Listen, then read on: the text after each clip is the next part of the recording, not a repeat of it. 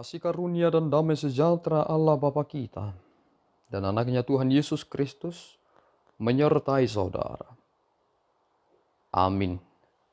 Shalom, saudara-saudara yang terkasih di dalam nama Tuhan Yesus Kristus.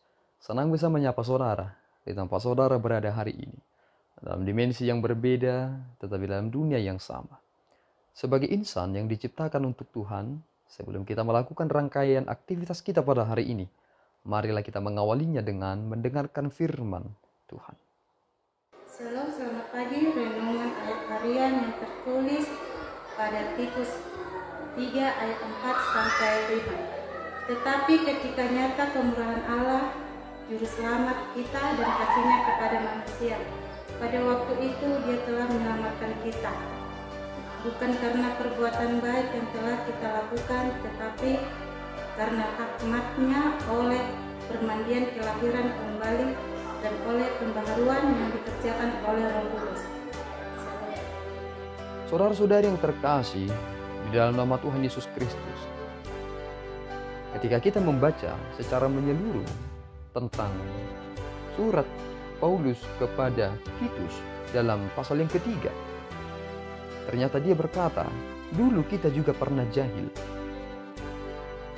Ketika kita tidak taat, sesat, menjadi hamba berbagai-bagai nafsu dan keinginan, hidup dalam kejahatan dan kedengkian, keji, saling membenci. Betapa menariknya kata-kata tersebut, jahil. Ketika kita mendapati seorang anak yang jahil, kita sering sekali kesal dengan dia. Tetapi ada kesempatan bagi dia yang dulunya anak yang jahil menjadi orang yang sangat diperhitungkan di masa depan. Dan inilah yang menarik kita kepada suatu pemahaman yang baru. Keberadaan kita dulu berada di situ. Tetapi ketika kita dinyatakan sebagai orang yang dibenarkan, maka kita menjadi orang yang semakin berpikir. Mengapa demikian? Karena ternyata kita dalam kejahilan kita itu, kita melakukan sesuka hati kita. Kita tidak memikirkan apa akibat dari yang kita lakukan. Tetapi ternyata kita mendapatkan pembenaran di dalam Kristus.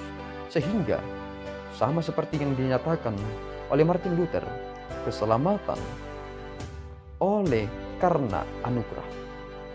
Keselamatan di dalam iman kepada Yesus Kristus. Hanya karena anugerah, hanya karena iman. Dan ketika kita melihat bahwa ternyata inilah rahmat Tuhan yang dinyatakan itu.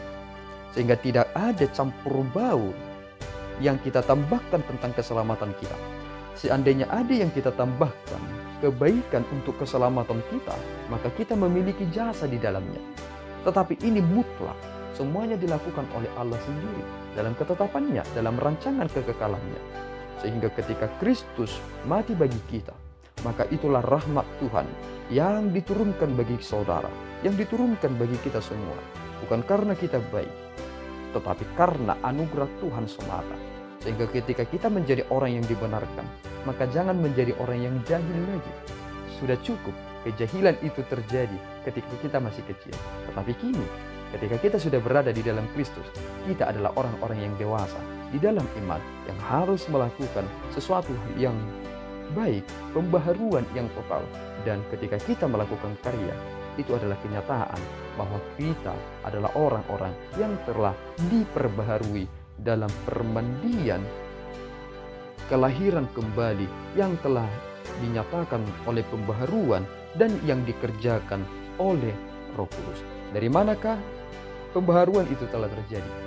Yesus telah berkata, jika seseorang tidak dilahirkan kembali, maka dia tidak akan bisa memasuki kerajaan Allah. Dan bagaimana kita mengetahui itu? Kita mengetahui bahwa angin itu berhembus, tetapi kita tidak tahu dari mana dia datangnya. Tetapi kita bisa merasakan itu.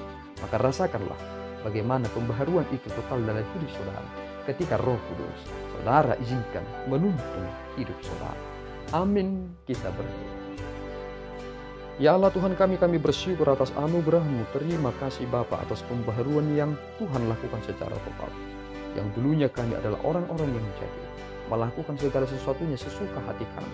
Tetapi kini kami disadarkan dalam permandian keselamatan kami, kelahiran kami yang kedua kalinya yang dikerjakan oleh Roh Kudus. Berkati kami Tuhan supaya kami berada dalam ketetapan itu. Jauhkan kami dari segala pengertian-pengertian palsu. Kuatkan kami untuk memegang prinsip-prinsip yang tegas itu, bahwa Engkau harus kami muliakan dalam kehidupan kami. Ampunkan dosa kami Bapa, dalam Yesus kami telah berdoa dan mengucap syukur.